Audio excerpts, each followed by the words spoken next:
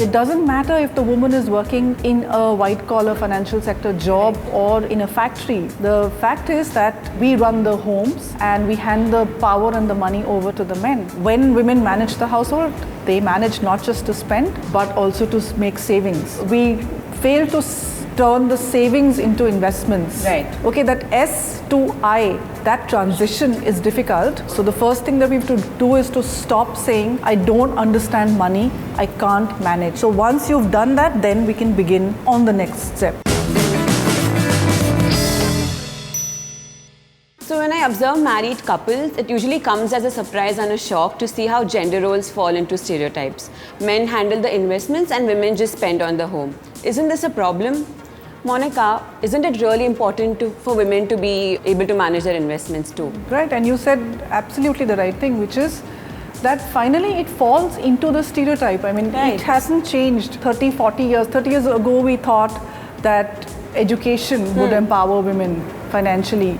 Then we thought that working outside the home would empower women financially. Right. But both are necessary conditions, and now we are realizing they are not sufficient conditions. It's not that if women are educated and work outside the home, that financial empowerment will come as a byproduct. It does not happen at all. So yes, there is a problem of falling into stereotypes.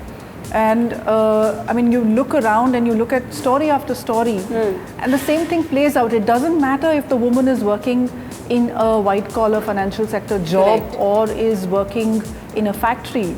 The fact is that we run the homes and we hand the power and the money over to the men for investments. The fact that you're simply working outside the home will not ensure that you are financially empowered. So does this mean that we are not capable of managing our money and that's why men have to step in? Men would like you to believe that because money is power.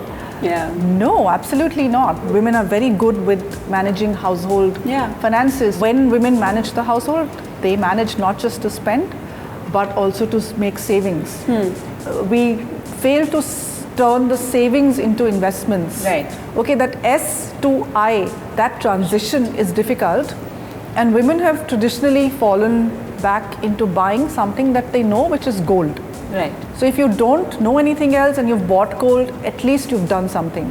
But the transition even into real estate is difficult because it's such a big ticket investment. And bank fixed deposits, maybe some of them, but beyond that, public provident fund and then the next stage of mutual funds is far away. Right. So that transition really has to happen into smarter financial products. So see, there's so much talk about how important it is for women to be financially independent. But when you actually see, there's very little done to ensure we know how to manage our money.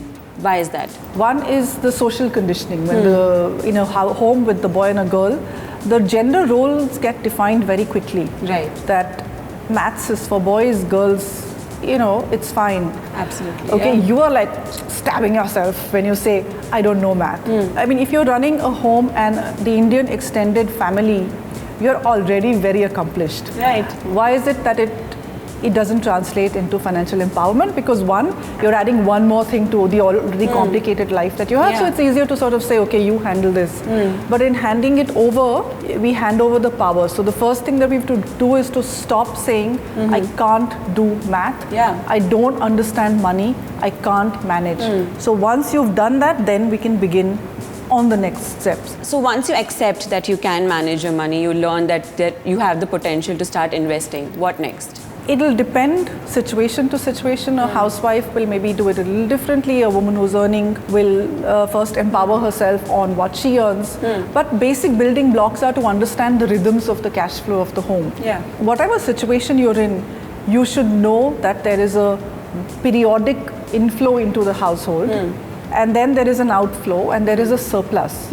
What are these rhythms? Correct. What is the saving potential of the home? You must know that. Once you know the saving potential, and a good way to do it is to separate out your income, the household income, from household spending, so that the savings are clearly identified and pushed away. And then, of course, you have to educate yourself on financial products, but just start with these baby steps. Okay. Would you recommend a product that a woman should first go pick, or it's again depends on what she wants and her cash flows? Yeah, golden rule. do not invest in anything that you don't understand. Right. You can stay with what you know, which is possibly maybe gold and fixed deposits. Okay.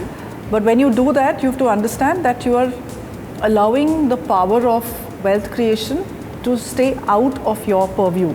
Because gold and fixed deposits will give you just about inflation adjusted, Right, yeah. just about they'll match inflation. In fixed deposits, they may not even do that.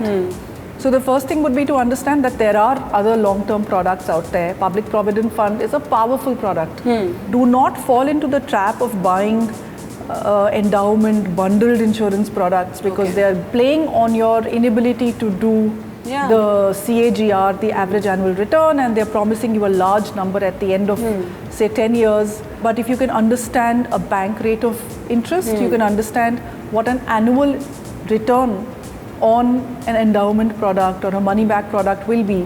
So you have to stay away from products that actually give you less return than PPF, and then migrate on to mutual funds which are market linked, which carry risk, and which will take care of your short, medium and long term needs. But when you embark on the journey of mutual funds, you have to first understand the products, understand the risk.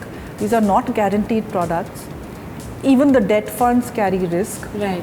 Either work with a financial planner to understand what your portfolio according to your needs and your goals will be. If you're doing it yourself, there is no option but to educate yourself. Right. Because finally it is 20, 30, 40 years of investing, and then when you have retired and met the other goals, it is the next 30 to 40 years maybe of living off the corpus which has been created. Correct. So you have actually no option but to understand the newer financial products like mutual funds. So that is the journey, and I mean, we are doing what we can to help, but really that effort will have to come from An individual. an individual herself.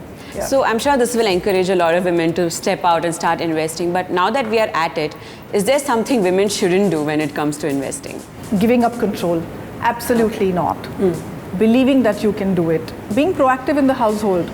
So those conversations on the dining table will become very important, especially if you live in a joint family, where you are saying, I will be involved in the money conversation, I have a right to know, and I will own assets. Correct. As women, we often tend to look down upon ourselves because we think there are few things we just can't get a hang of. But trust me, investing is not one among them. Now that I've finally started earning and I make my own money, I do not want to give the power of managing my money to somebody else. I'm sure you do not want that too. So go out, start investing. So now let's take the viewer's question of the week. We have a question from Remo who says he's planning to take a break from his 9-to-5 job for 2 years. He wants to know how much he should invest in mutual funds in order to get a monthly income of rupees 75,000 through a systematic withdrawal plan. Monika, he wants you to suggest what kind of funds he should invest in. So before funds, there's a larger question for Remo to answer. Okay. If he already has the corpus, he would need 1.3 crore at 8% return to generate 75,000 a month without eating into the corpus. Right. That's one way of doing it. The other way of doing it is to say that what you need actually for this time period is just 18 lakh rupees. So if Remo is young and has the ability to recoup this investment that he's making into himself, then an outlay of 18 lakh for the next 2 years that he's saying is worth an investment into the future to see if what he wants to do works out in terms of income at a later date. So if you have the money, you can do a mix of ultra short term, very low credit risk, mutual funds plus a conservative balanced mutual fund. Then you can put it in that and draw that income every month. If you don't have that crore plus corpus, then you will have to find the money from your savings to spend every month and then do something which gets you your money back and more. Correct. So Remo, I hope this math will allow you to have the money you need for the next 2 years, and I hope you get the time to follow your dreams. With this, we come to the end of this episode of Money with Monika. If you have any further queries, please write to us at moneywithmonika@livemint.com, or you could also tweet @livemint.